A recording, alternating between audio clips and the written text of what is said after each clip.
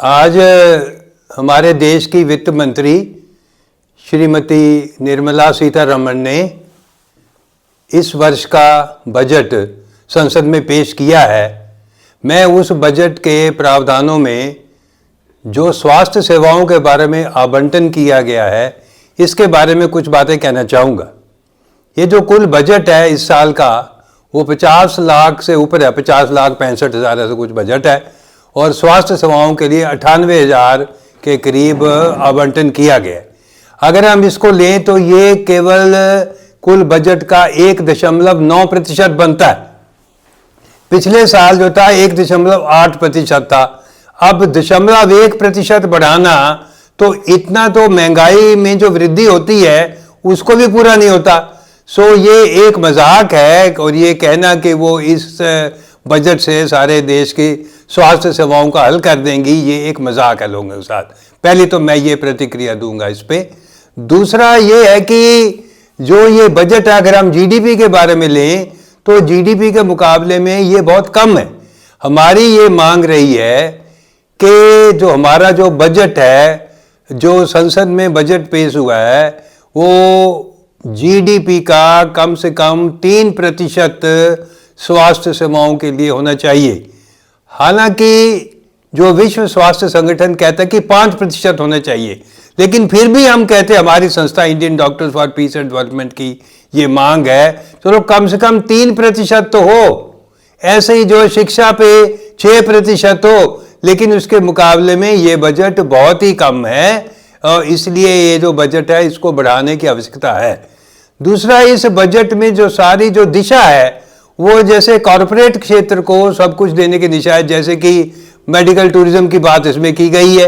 अब medical tourism के लिए जो लोग आते हैं सारे वो निजी क्षेत्र में ही जाते हैं और कॉरपोरेट क्षेत्र उसे ये जो मुनाफा कमा रहा है। सरकारी क्षेत्र में, सहकारी क्षेत्र में मेडिकल टूरिज्म की तो कोई बात है नहीं। दूसरी ये भी बात कही है इस बजट में कि हम जो मेडिकल कॉलेजों में सीटें बढ़ाएंगे, लेकिन सीटें तो ये जो बढ़ाने की बात की गई है उसके लिए जो फैकल्टी कहाँ है, उस फैकल्टी के बारे में कुछ भी नहीं कहा गया कि फैकल्टी कहाँ से आएगी, उनको तनख्वाहें कहाँ से मिलेगी, कैसे रखा जाएगा, कुछ नहीं होगा। असल में इनका जो सारा जो है मंशा वो मेडिकल शिक्षा को भी निजी क्षेत्र में, खासतौर पे कॉरपोरेट क्षेत्र को सौंपने के बारे में सारा ये जो मंशा है।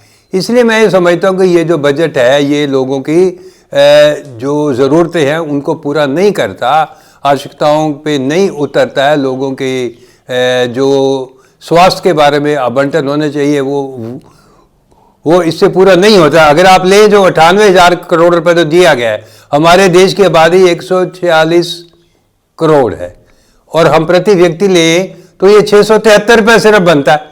अब बताइए 673 रुपये क्या एक व्यक्ति का प्रति वर्ष खर्च होता है स्वास्थ्य सेवाओं पे? मुझे बताइए, कहीं ज़्यादा खर्च होता है स्वास्थ्य सेवाओं पे। सरकार जो है, हमारा देश सबसे कम जो दुनिया में खर्च करते हैं स्वास्थ्य सेवाओं पे उन देशों में है हम।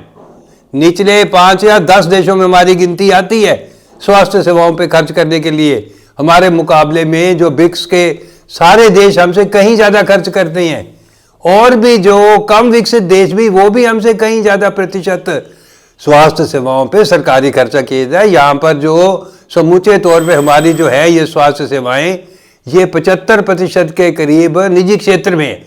इसके कारण लोगों को अपनी जेब से पैसा खर्च करना पड़ता है और उसके कारण यहाँ पर गरीबी की तरफ हर साल 5.5 करोड़ लोग गरीबी की तरफ स्वास्थ्य सेवाओं पे खर्चे के कारण जा रहे हैं। ये बहुत दुख की बात है। इसलिए स्वास्थ्य बजट पे ये जो बातें कही जा रही कि हमने बहुत बढ़ा दिया, 2014 से इतने प्रतिशत, 191% शायद बढ़ गया। अब ये भी मजाक है, क्योंकि अगर हम अंतर्राष्ट्रीय स्तर पे लें तो 2014 में डॉलर के ये जो मुकाबले में 60 रुपये था हमारा, अब है 86 रुपये। तो वैसे ही हमारी तो कीमत इतनी गिर गई है, रुपया इतना कमज़ोर हो गया है कि अंतर्राष्ट्रीय स्तर पर भी हमारा जो व्यय, जो हमारा खर्चा है, जो हमारा आवंटन है स्वास्थ्य सेवाओं पे ये बहुत कम हो गया है। इसलिए मैं समझता हूँ कि इस बजट में लोगों की स्वास्थ्य के बारे में कुछ भी ध्यान नहीं रखा गया है।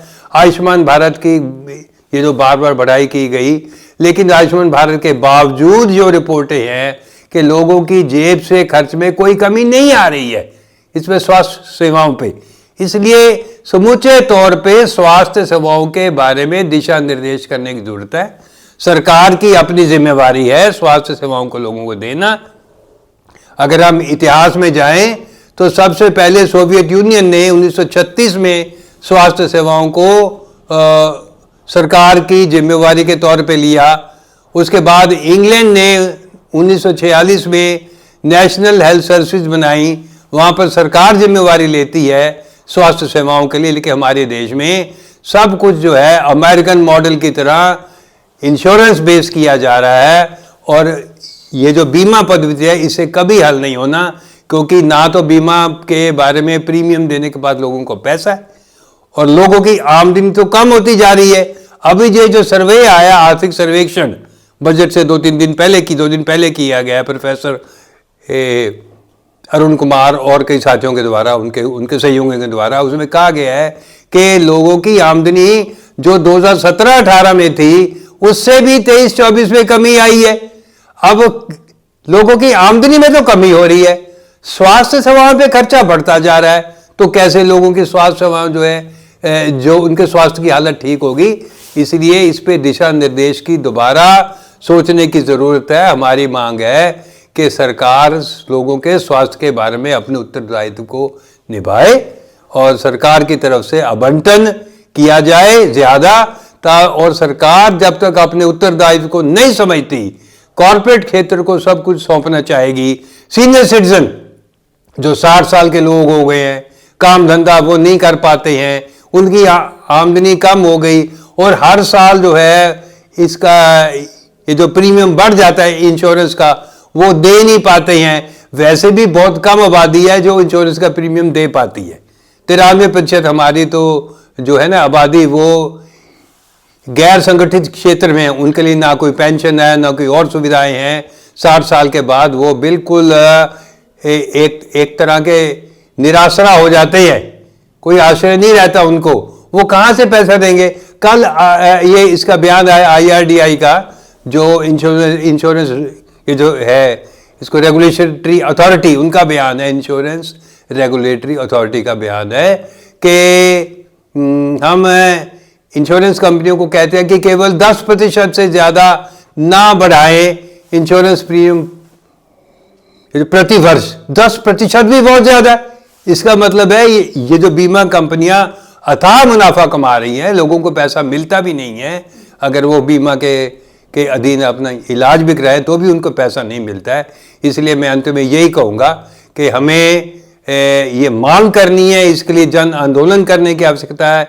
लोग जब तक नहीं बोलेंगे सरकारों पे कोई असर नहीं होता, क्योंकि ये केवल वोट की राजनीति पे जाते हैं और वोटों के मुताबिक सामने रख के अपनी जो नीतियां घड़ते हैं। जब तक लोग स्वास्थ्य को एक तरह की पहल नहीं देते, सरकार की जिम्मेवारी उस पर नहीं लादते, इसका हल नहीं होने वाला। मैं आखिर में लोगों को फिर ये जो इस मंच से लोगों को आग्रह करूंगा कि स्वास्थ्य के बारे में सचमुच लोग क्या करते हैं कि आमतौर पे डॉक्टरों पे दोष देना वगैरह, वो ठीक है, अगर डॉक्टर गलती करता है तो दोष दीजिए, कोई हमें इतराज नहीं है। लेकिन सवाल है कि जो नीतियां क्या है उनके बारे में हमें बोलना पड़ेगा, आवाज उठानी पड़ेगी। ताज़ा अपडेट्स व बड़ी खबरों के लिए जुड़े रहिए पंजाब स्क्रीन के साथ और बेल आइकन को दबाना ना भूलें।